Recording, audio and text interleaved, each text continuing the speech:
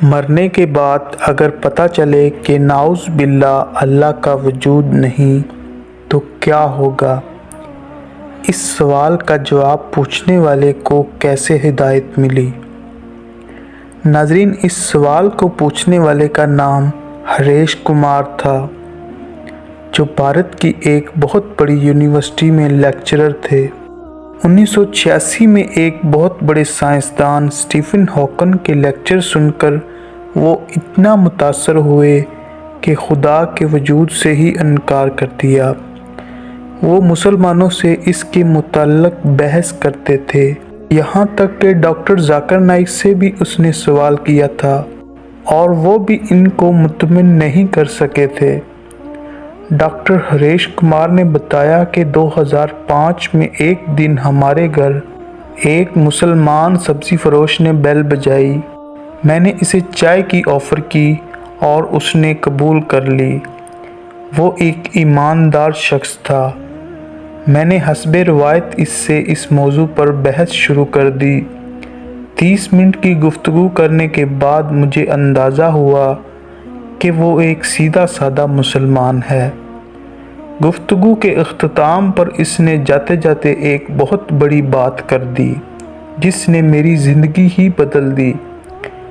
اس نے کہا، دیکھو ڈاکٹر جی، آپ نے خود ہی بولا ہے کہ ہزاروں سال سے پیغمبر آ رہے ہیں اور وہ ایک اللہ کی عبادت کرنے کا کہتے تھے، اور سائنس مرنے کے بعد زندگی کا انکار کرتی ہے۔ اگر مرنے کے بعد نعوذ باللہ اللہ کا وجود نہ ہوا تو ہم دونوں ہی برابر ہیں، لیکن اگر اللہ کا وجود ہوا تو آپ تو مارے جاؤ گے۔ دونوں ہی صورتوں میں اللہ کو ماننے والا ہی فائدے میں ہے، لہذا آپ کے لیے بہتر ہے کہ اللہ کو مان لیں۔ اس کے جانے کے بعد میں سوچ میں پڑ گیا کہ حقیقت میں دونوں ہی صورتوں میں اللہ کو ماننے والا ہی ٹھیک ہے۔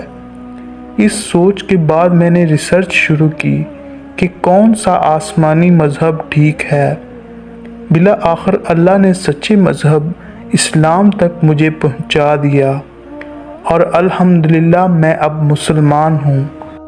اب 15 سال ہو گئے ہیں میں اسلامی تعلیمات کو سیکھ رہا ہوں اور اس پر عمل کرتا ہوں۔ میری 3 بیٹیاں ہیں جو الحمدللہ حافظ قرآن ہیں۔ اس سبزی والے سے میری دوبارہ ملاقات نہیں ہو سکی۔ میں نے اسلام قبول کرنے کے بعد اسی سبزی والے کے نام پر اپنا نام عبدالاحد رکھا۔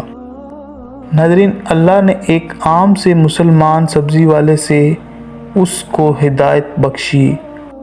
اسی امید کے ساتھ اجازت چاہوں گا کہ آپ کو ہماری یہ ویڈیو پسند آئی ہوگی۔ ملتے ہیں جلد ایک نئی تاریخی اور معلوماتی ویڈیو میں، تب تک کے لیے اللہ حافظ۔